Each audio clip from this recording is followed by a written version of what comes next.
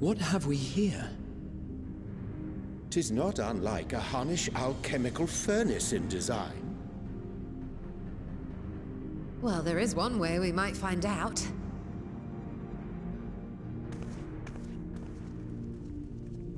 Stop! You mustn't touch it.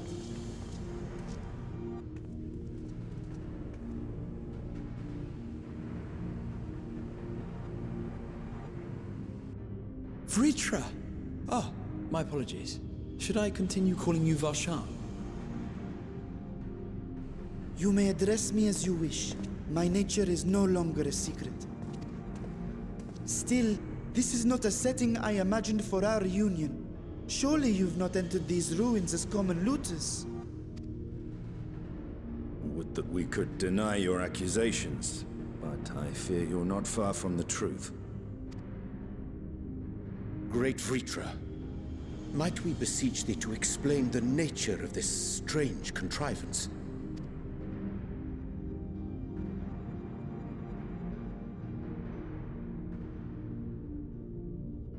It was crafted by our alchemists at my behest, for the purpose of sealing something away.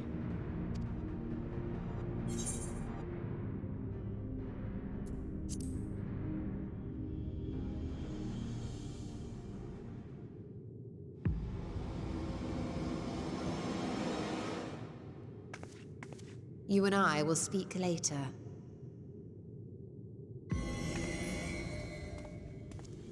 Not the time for frivolity, my friend.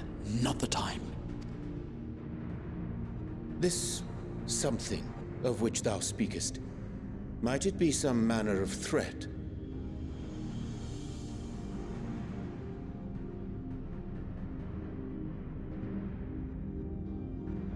Perhaps I should simply show you.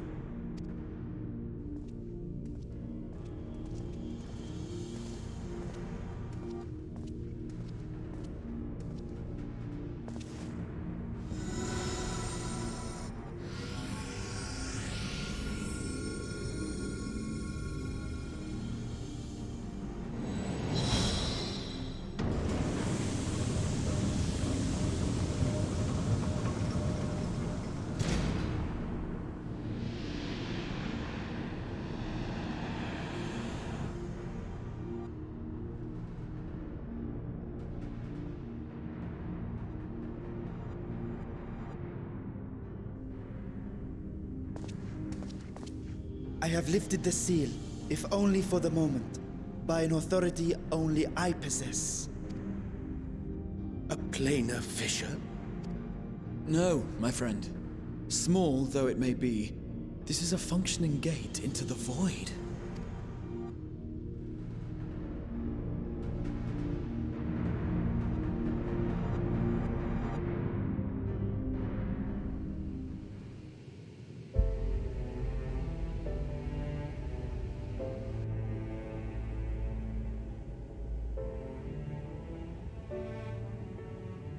I must admit, I am deathly curious to know how a void gate came to be hidden in the depths of these ruins.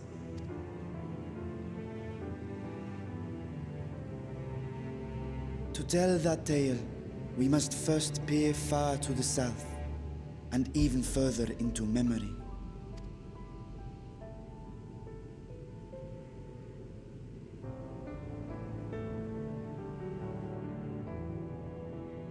An age 5 millennia passed when the Algan Empire sent an invading force to the shores of Merasidia.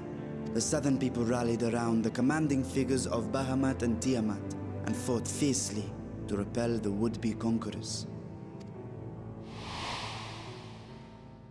With Bahamut's defeat, however, the tide turned against them. Desperate to seize any advantage, the Mercidians resorted to summoning primal entities. In response, Emperor Zande forged a covenant with the Cloud of Darkness, sovereign among the all-devouring denizens of the Void. Thus bolstered by icons on one side and Void Scent on the other, the two armies clashed in a battle of unspeakable carnage. So much death, so much loss.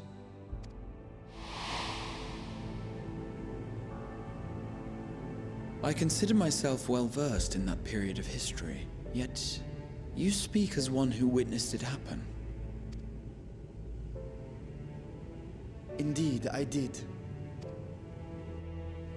I heard Tiamat's roar of defiance and sped toward that war-torn land.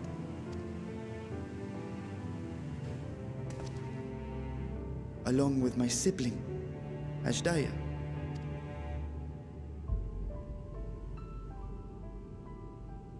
We dragons are not male or female as men are wont to classify, but elder sister is the closest a mortal tongue can come to describing what she meant to me.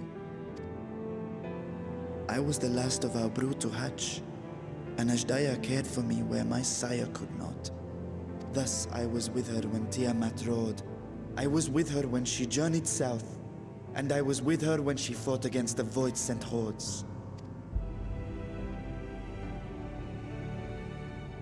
Yet no matter how many of their vile fiends we cast down, more rose from the abyss to take their place. Faced with an unwinnable war of attrition, Ashdaya risked her all on a final gamble. She plunged through the Void Gate itself to strike at the root of their strength.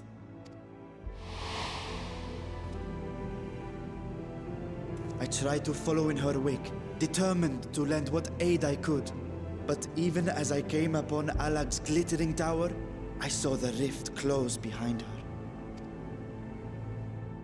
And Ashdaya has been lost to us ever since.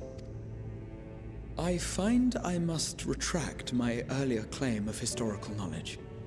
Nowhere in the Crystal Tower's archives did I see mention of such noble sacrifice.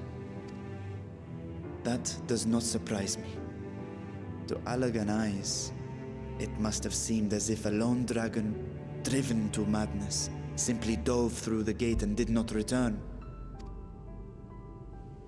For my part, I spent long years searching for the means to reunite with Ashdaya. Until I could search no more. Until Allag was dust, and the art to open a void gate large enough to accommodate a dragon forever lost. Yet you have the beginnings of a gate right here, under the control of a harnessed device. My discovery came before Radzat was founded. Though I scoured the lands for a method to cross the rift, it was beneath the sea that I chanced to find a natural planar fissure. It was, however, far too narrow to admit a worm's bulk.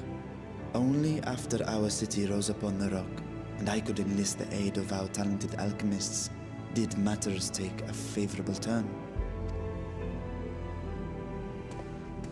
Their dedication was beyond reproach.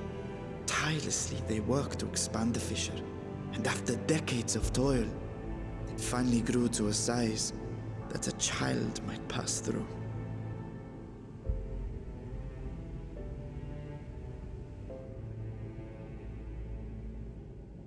Not long ago, you told us that you called out to your kin, that Ashdaya's answer was silence. I suspect the conclusion to your tale is not a joyful one. With hope in my heart, I used a simulacrum to cross the threshold. But no, I did not find her. What I found was a host of Void-sent, clamoring around the opening they had sensed. 'Twas but a moment, but enough. I had no choice but to retreat and allow the portal to contract once more. The gate was a threat to your people. You had to decide between endangering Radzat and abandoning your sister. And you chose the latter.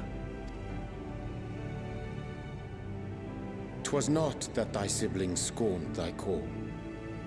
'Twas that she was trapped beyond a barrier through which neither roar nor dragon may pass. Even now, in the desolate world of the 13th. I can scarce imagine your pain, yet it was wise not to linger in that place. Too long a sojourn, and even a being of your power risks being warped into a creature of the void. You've seen this phenomenon before, when we stepped into the darkness.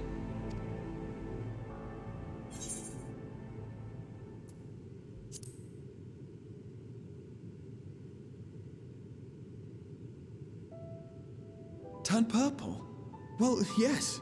His wounds had allowed the Void's corruption to enter his body and twist his ether. Had it been allowed to progress much longer, I presume he would have been fully transformed. Then there is little hope for Ashdaya. Ah, no. I hadn't meant to. I speak only of possibilities. The scales of the first brood are extraordinarily resistant to ethereal fluctuations. They are the protective talisman's core components after all, and even the corruption I described would struggle to overcome. Of course. With the warding scale in one's possession, one could conceivably survive a stay in the 13th without being warped by its energies.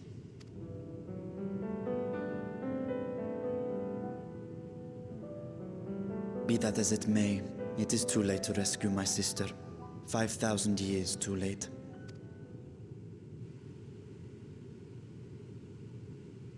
And now countless others look to me for guidance and protection.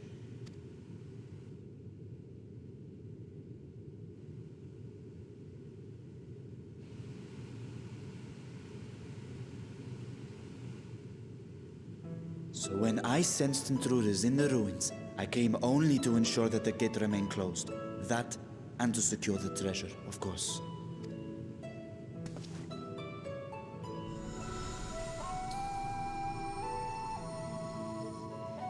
I wish only to forget the rest.